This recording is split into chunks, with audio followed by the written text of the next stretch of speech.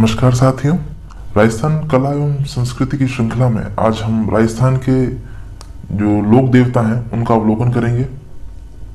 साथ ही में मैं आपको बता देना चाहता हूं कि हमारा जो मेन एम है वो जितनी भी वनडे ऑब्जेक्टिव एग्जाम होती है, चाहे वो पटवार हो, चाहे वो रीट हो, चाहे वो कांस्टेबल या ग्रुप डी जैसे कि अभी हाईकोर्ट में निकली कुछ वैकेंसियां हैं, साथ ही में टीचर्स की जितनी भी एग्जाम होती हैं, चाहे वो 3rd ग्रेड की हो, चाहे वो व्याख्याता भर्ती परीक्षा हो, इस लेक्चर को हमने इसी तरह से डिजाइन किया है ताकि आपको किसी भी तरह के फैक्ट के लिए कोई अन्य सोर्स पर आश्रित ना रहना पड़े। मैं आपको एक ओवरऑल व्यू दे देता हूं कि आज लेक्चर हम किस तरह से कवर करेंगे। देखिए, सबसे पहले सामान्य परिचय में लोक देवता कौन है, उनकी पृष्ठभूमि क्या है और आमजन में लोक देवताओं की जो आस्था का स्रोत है वो किस प्रकार विकसित हुआ है।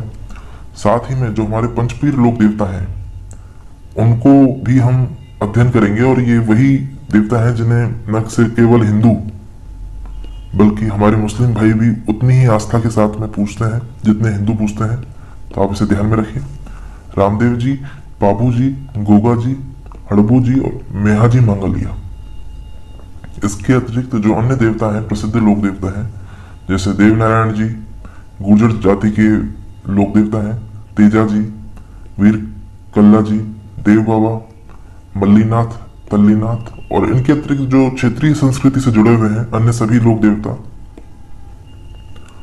इन सभी लोक देवताओं को हम डायग्राम्स और इनकी जो रियल फुटेज है, जो इनके स्थान है, जो थान है या मंदिर हैं, देवरे हैं, वहां पर जो रियल फुटेज है उनको हमने लेने की कोशिश की है। इसके साथ ही में मैप के साथ में, डायग्राम के साथ में आपको लोकेट किया जाएगा हर जगह। और लेक्चर के बाद में सभी लोक देवताओं को एक ही बार में, एक ही फ्लो में मैप के साथ में रिवाइज किया जाएगा। तो आप इसे ध्यान रखिए। तो आइए बिना समय गवाए शुरू करते हैं। सबसे पहले सामान्य परिचय देख लेते हैं कि लोक देवता जो हैं वो कौन है। देखिए, लोक देवता ऐसे महापुरुष हैं जो मानव रूप में जन्म लेते हैं और अपने तेजस्वी कृत्यों के द्वारा जनसाधारण का कल्याण करते हैं। अब ये इस तरह से होता है कि कोई भी अलौकिक जो चमत्कार है या जो भी वीरोचित कार्य हैं उनको करने वाले जो ऐसे लोग हैं जो मानव के रूप में ही अवतरित हुए हैं, पैदा हुए हैं, लेकिन अपने आत्मबल द्वारा समाज में सांस्कृतिक मूल्यों की स्थापना करते हैं, वे ही लोक देवता कहलाए। तो ये छोटा सा एक इसका परिचय है। इसके अतिरिक्त आमजन द्वारा दैविक अंश के रूप में इन्हें मान्यता दी गई है। देखिए, दैविक अंश के रूप में मान्यता देने से अभिप्राय यह है, प्रत्येक लोक देवता किसी न किसी के अवतार के रूप में माने जाते हैं। जैसे बाबा रामदेव जी को हम माने, जो आमजन में मान्यता है वो उन्हें कृष्ण का अवतार मानते हैं। बाबू जी को लक्ष्मण का अवतार मानते हैं और इसके अतिरिक्त देवनारायण जी को विष्णु का अवतार मानते हैं। तो इस तरह से इनकी मान्यता बनी हुई है। उसके अतिरिक्त जो जन्म तिथि है उसको मेले और उत्सव के रूप में मनाए जाने की यहाँ परंपरा है। साथ ही में काफी लोक देवता ऐसे भी हैं जिनकी जन्म तिथि पर पशु मेले आयोजित किए जाते हैं, तो इनका भी अवलोकन करेंगे। इसके साथ ही जीवन की प्रत्येक सफलता और उन्नति, तरक्की होती है व्यक्ति की, तो उसमें वो आशीर्वाद के रूप में लोक देवी देवताओं को श्रेय देते हैं। साथ ही में कोई भी प्राकृतिक आपदा होती है या हारी बीमारी होती है तो उसके लिए एक श्राप के रूप में वो देवी देवताओं का कोप माना जाता है। आज भी ये जो धारणा है ये देहात में और ग्रामीण जो पृष्ठभूमि के लोग हैं उससे समझते होंगे। तो ग्रामीण इलाकों में आज भी इस तरह की मान्यता मानी जाती है। इसके बाद में देखते हैं सांस्कृतिक मूल्यों की स्थापना। देखिए, सांस्कृतिक मूल्यों की स्थापना का मतलब यह है कि सभी लोग ही जो लोक देवता हैं उन्होंने अपने वीरोचित कार्य किए हैं और आत्मबल से समाज में अपने मूल्यों की स्थापना की है और हिंदू धर्म की रक्षार्थ सभी लोक देवताओं ने जनहित हेतु अपने प्राण न्यौछावर किए हैं। और कुछ लोक देवताओं ने मूल्यों को स्थापित करने के लिए जीवित समाधि भी ली है। तो ये सांस्कृतिक मूल्यों की स्थापना करते हैं लोक देवता। उसके बाद में जो दूसरा पॉइंट है सांप्रदायिक सहिष्णुता का संदेश। देखिए, सांप्रदायिक सहिष्णुता को इसलिए माना जाता है क्योंकि हमारे देश में कभी कभी आप ऐसा भी सुनने को आता है कि किसी की फ्रिज में क्या रखा है, इसी बात को लेकर के खून खराबा मर्डर हो जाता है। यदि किसी एक ही सामाजिक मंच पर दोनों संप्रदाय, हिंदू और मुस्लिम भाई दोनों संप्रदाय मिलकर एक ही देवता की अगर आराधना और पूजा करें तो ये एक उन्हें सांप्रदायिक सौहार्द में भी पिरोने का कार्य करता है। तो आप इसे ध्यान में रखिए, ये बहुत मुख्य तत्व है। और ये पृष्ठभूमि मैं आपको इसलिए बता रहा हूं क्योंकि मेंस में अगर कोई प्रश्न आ जाता है कि राजस्थान के लोक देवताओं का राजस्थान की लोक संस्कृति में कितना बड़ा योगदान है, तो लोक संस्कृति में योगदान के लिए ये जो पूरा पेज है, आप इसे स्क्रीनशॉट ले लें और लिख लें, नोट्स बनाते चले। मेरे तो आपसे यही सुझाव है, ये बहुत ही कारगर होगा। आज से पहले प्रश्न आए हुए हैं इस तरह से मेंस में, तो उसमें ऐसी ही चीजें लिखी जाती हैं। चलिए अपन चलते हैं आगे। हारी बीमारी में एकमात्र उपाय। देखिए, ग्रामीण इलाकों में आज भी संसाधनों की कमी होती है। कोई भी व्यक्ति, चाहे वो सर्पदंश से पीड़ित हो या पशु बीमार पड़ जाते हैं, तो उन्हें देवी देवताओं के पास में लेके ही जाया जाता है। साथ ही में जीवन में नई स्फूर्ति का विकास इस तरह से है कि एक निश्चित दिनचर्या में जीने के बाद में आदमी कुछ निरस्ता महसूस करता है जीवन में, तो इनके उत्सव और मेलों में और मनौती मांगने पर पूरी हो जाती है। तो वहां पर जाने में और श्रद्धा से उनकी पूजा करने में एक अलग ही आनंद का अनुभव होता है। तो ये इस बारे में विशिष्ट है। अब इन सारी चीजों के फलीभूत होने के बाद में जो प्राचीन हिंदू सनातन संस्कृति है उसका संरक्षण भी हो रहा है एक तरह से, अगर आप देखा जाए, क्योंकि लोग मन्नत मांगते हैं और अपनी मनौती होने के बाद में देवता के पास चल करके जाते हैं और अपनी वहां पर पूजा अर्चना करते हैं और दान धर्म करते हैं। तो ये हिंदू जो सनातन संस्कृति है उसका एक बहुत बड़ा संरक्षण का भी एक स्रोत माना जाता है। चलिए पहले पंचपीर जो लोक देवता हैं उनका अध्ययन करें। बाबा रामदेव हैं, रामदेव जी सबसे पहले, और इनके बारे में देख लेते हैं। देखिए, रामदेव जी का जन्म 1405 ईस्वी में हुआ और ये भाद्रपद शुक्ल द्वितीया को इनका जन्म माना जाता है। लगभग आप अगस्त के महीने में मान के चलिए, जो हिंदू मासिक धर्म है उसके हिसाब से। साथ ही में इस जन्म तिथि को बावेरी बीज के नाम से भी जाना जाता है।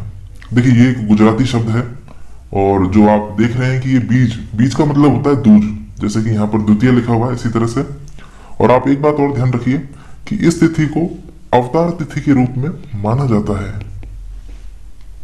अगर ऑब्जेक्टिव एग्जाम में ये प्रश्न पूछा जाए कि अवतार तिथि के रूप में किस लोक देवता को माना जाता है, तो आप बाबा रामदेव को टिक करेंगे। इनका जन्म बाड़मेर की शिव तहसील उंडू कासेसर गांव में हुआ था, जिसे उंडू गांव कहा जाता है। चलिए मैप में एक बार इसे अच्छे से देख लें। देखिए, उंडू गांव की जो स्थिति है, शिव तहसील की स्थिति है बाड़मेर में, ये उत्तरी बाड़मेर में है, इस जगह पर जहां पे मैं आपको पॉइंट कर रहा हूं। और ये उंडू गांव है।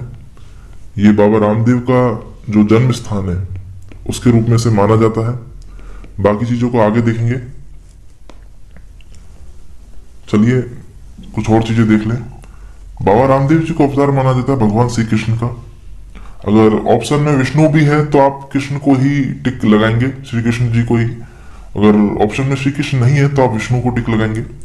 इन दोनों विकल्पों में से अभी तक तो इसे ही पूछा गया है। और बाबा रामदेव को वंशज माना जाता है अर्जुन का। अब इन दोनों में आपको कंफ्यूज नहीं होना। देखिए, होता क्या है कि पढ़ाई को साइंटिफिक तरीके से किया जाए तो हमें कभी भी डबल माइंड होने की जरूरत नहीं है एग्जाम में, और हम हर क्वेश्चन को सही करेंगे। देखिए, इस तरह से कि अवतार होते हैं वो सिर्फ भगवानों के होते हैं, आप इस बात को ध्यान रखिए।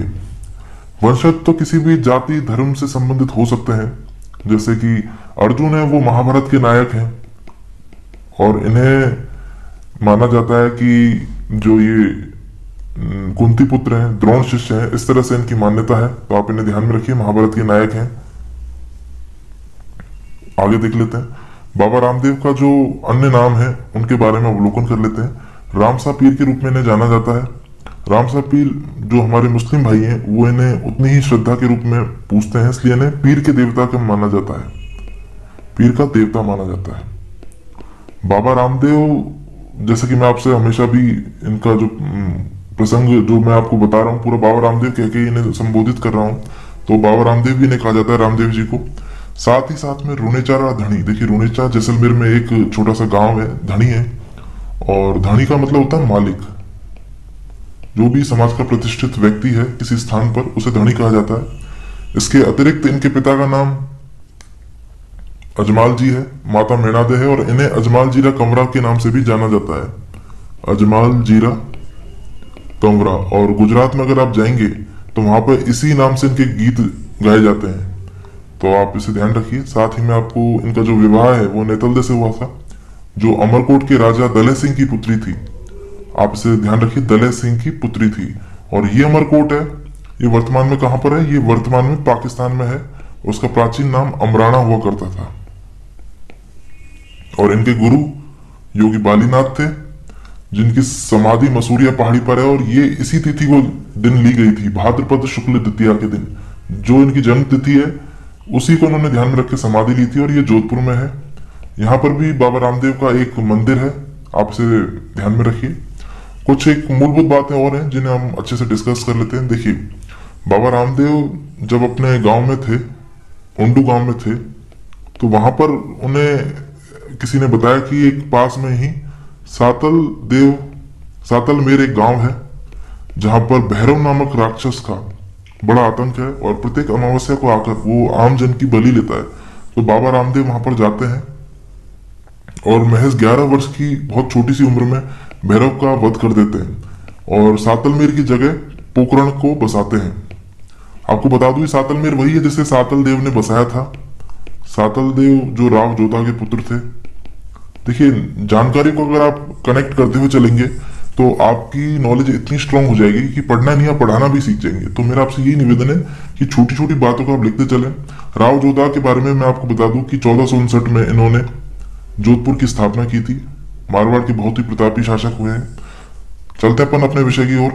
पोकरण इन्होंने बसाया था। और फिर एक ऐसी भाटों के ग्रंथ में एक ऐसी मान्यता है कि जो बाबा रामदेव की बहन थी एक सुगुनाबाई, तो सुगुनाबाई का विवाह जब एक बीकानेर के जो एक जमींदार थे विजय सिंह, उनके साथ हुआ, तो विजय सिंह के साथ विवाह होते वक्त इन्होंने इतना ज्यादा विलाप किया, मतलब विदाई में इन्होंने इतना विलाप किया कि बाबा रामदेव ने द्रवित होकर इनको कहा कि जाओ बहन, तुम भी क्या याद रखोगी, तुम्हें मतलब हम दहेज में प्रदान करते हैं, ये पोकरण दहेज में देते हैं। तो इस तरह से इन्हें फिर पोकरण छोड़ना पड़ा, क्योंकि जो भाई होता है वो बहन के घर का पानी भी नहीं पीता, तो ससुराल में कैसे रह सकता। तो ऐसे ये भाटों के ग्रंथ में आती है। इसका कोई पुख्ता सबूत तो नहीं मिला, लेकिन ये भाटों के ग्रंथ में इस तरह का एक वृतांत है जो मैंने आपको बता दिया। ये सब बातें इस तरह की लेमन टर्म्स में लिखी गई बातें जिन्हें आप कहानी के रूप में समझ के याद रखेंगे। और मुख्य बात जो नोट्स में लिखी हुई है मैं आपको बता दूंगा, जो आपको एग्जाम में भी वही इंप्लाई करनी है। तो देखिए, पोकरण से ही आकर रोनेचा में आते हैं, जो लगभग 30 किलोमीटर दूर है पोकरण के आगे जैसलमेर में ही। रोनेचा में आते हैं तो इनके साथ एक घटना होती है कि वृक्ष पर इन्हें एक दलित बच्ची लटकी मिला दिखती है पेड़ की डाली पर, जिसका नाम उन्होंने डालीबाई रखा, और उसे अपनी जो धर्म बहन के रूप में स्वीकार किया। डालीबाई मेघवाल जाति की थी, अछूत। उस वक्त जो वहां पे सांप्रदायिक तत्व बहुत ज्यादा विद्यमान थे, तो बाबा रामदेव ने इन्हें एक दर्जा देने के लिए वहां पर कामड़िया पंथ की स्थापना की। कामड़िया पंथ की स्थापना से लोगों को, जो मेघवाल जाति के लोग थे, उन्हें एक विशेष स्थान मिला समाज में, और बाबा रामदेव के सानिध्य में उन्होंने अपना स्वाभिमान पूरा उनको मिला। तो बाबा रामदेव जी के बारे में मुख्य बात यही है। और ये कामड़िया जाति के जो इनमें मेघवाल भक्त थे, देखिए मेघवाल भक्त जो बाबा रामदेव के हैं, ये इन्हें रिखिया कहा गया। तो छोटी छोटी फैक्ट है, आप इसे ध्यान में रखिए। बाबा रामदेव के जो मेघवाल भक्त थे उन्हें रिखिया कहा गया। साथ ही में जो रुणिचा है, ये एक प्रमुख इनके मंदिर और केंद्र के रूप में स्थापित हो गया। तो इसे आप ध्यान में रखिए, रुणिचा इनके प्रमुख स्थान और मंदिर के रूप में स्थापित हो गया।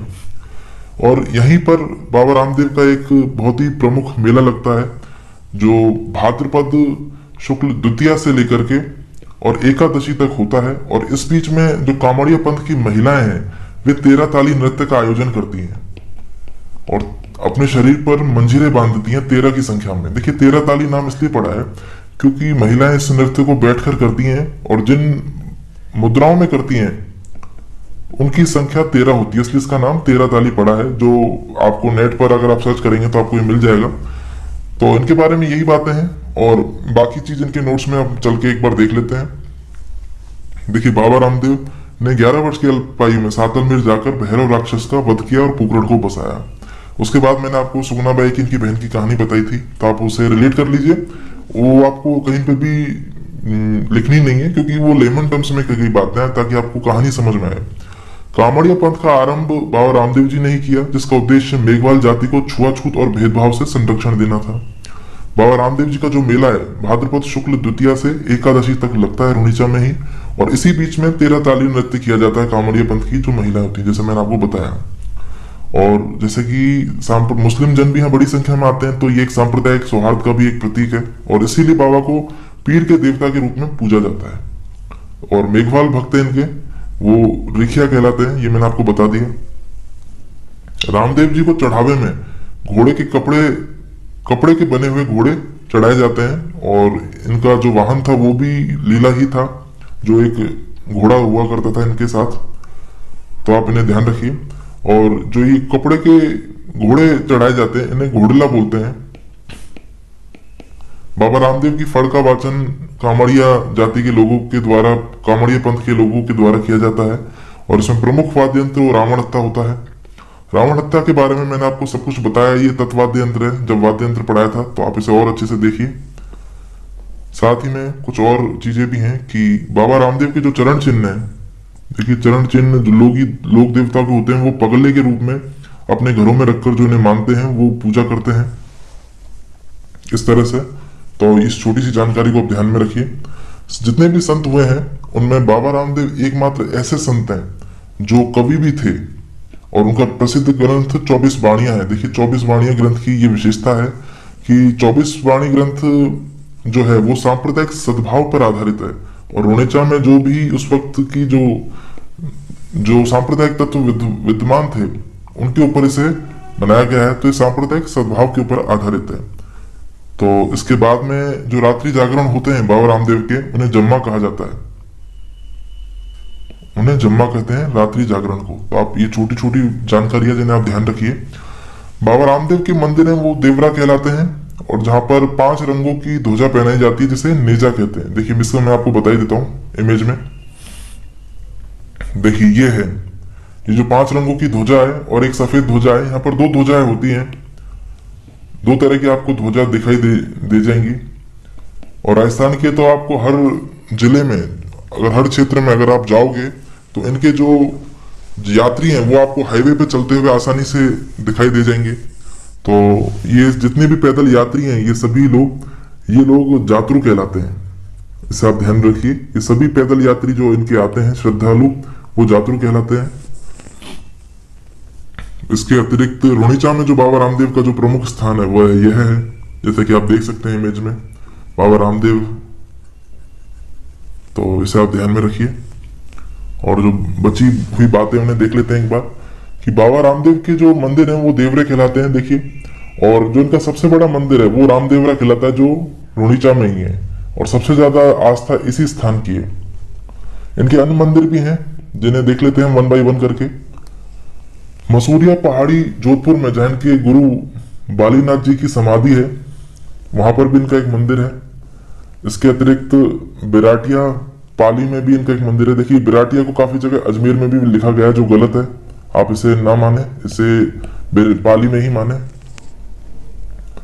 खुंडियावास अजमेर में है, और ये बाबा रामदेव का जो छोटा रामदेवरा है, यानी कि मिनी रामदेवरा कहलाता है, मिनी रामदेवरा कहलाता है। खुंडियावास गांव की एक भौगोलिक महत्व भी है कि ये आधा नागौर में है और आधा अजमेर में है, तो इससे आप ध्यान में रखिए। लेकिन जो भाग खुंडियावास का अजमेर में है, जो मंदिर है वो अजमेर में ही है, और इसके अतिरिक्त सुरता खेड़ा भी है जो चित्तौड़गढ़ में है। तो ये कुछ प्रमुख वो हैं। तो ऑब्जेक्टिव एग्जाम में आपसे ये पूछा जा सकता है कि ये जो मंदिर है बाबा रामदेव की वो कौन कौन सी जगह पर है। तो हो सकता है आपको ऑप्शन में दे दे और एक ऑप्शन में ना दे, तो आपको उसकी तरह से आंसर को याद में रखना है। चलते हैं अपन आगे।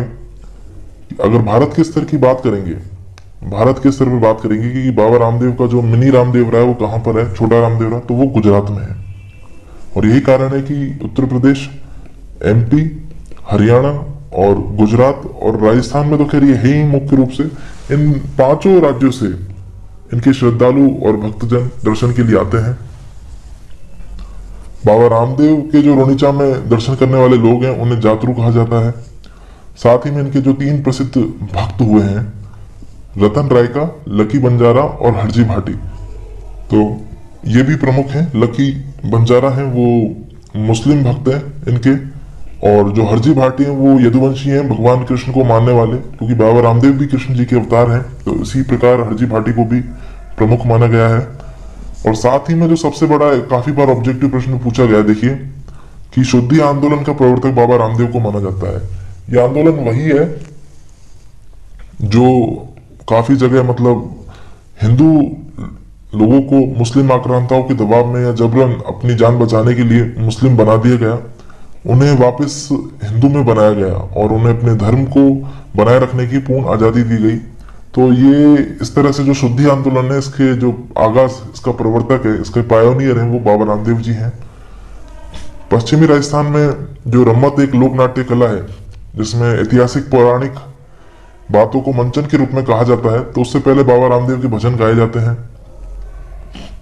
और बाबा रामदेव ने महज 53 वर्ष की आयु में समाधि ली थी, जीवित समाधि ली थी। जो रोनिचा में ही राम सरोवर झील है उसकी पाल पर इन्होंने जीवित समाधि ली है। परंतु ऐसा कहा जाता है कि बाबा रामदेव जो अपनी बहन थी डालीबाई, उसको बहुत ज्यादा मानते थे और डालीबाई ने इनसे एक दिन पहले समाधि ली थी और उनको चमत्कारिक रूप से अपने श्रृंगार की वस्तुएं भी उस समाधि स्थल से निकाल के बताई थी। तो बाबा रामदेव ने इनका मान रखा और डालीबाई को एक दिन पहले समाधि लेने की अनुमति दी। उसके बाद में बाबा रामदेव समाधि लेते हैं यहाँ पर। तो यहाँ पर इनका एक मंदिर भी बना हुआ है, तो आप इन चीजों को ध्यान में रखिए। इनकी समाधि की तिथि भी यही है जो इनकी जन्म की तिथि थी, भाद्रपद शुक्ल, इसी मास में इन्होंने समाधि ली। तो 53 वर्ष की जो अल्प आयु में बाबा रामदेव ने जो ऐतिहासिक और चमत्कारिक कृत्य किए थे, उन्हीं के कारण ये आज लोक देवता में प्रतिष्ठित हुए हैं। और सबसे प्रमुख और सबसे ज्यादा भक्त जहां पर आते हैं वो यही है, बाबा रामदेव।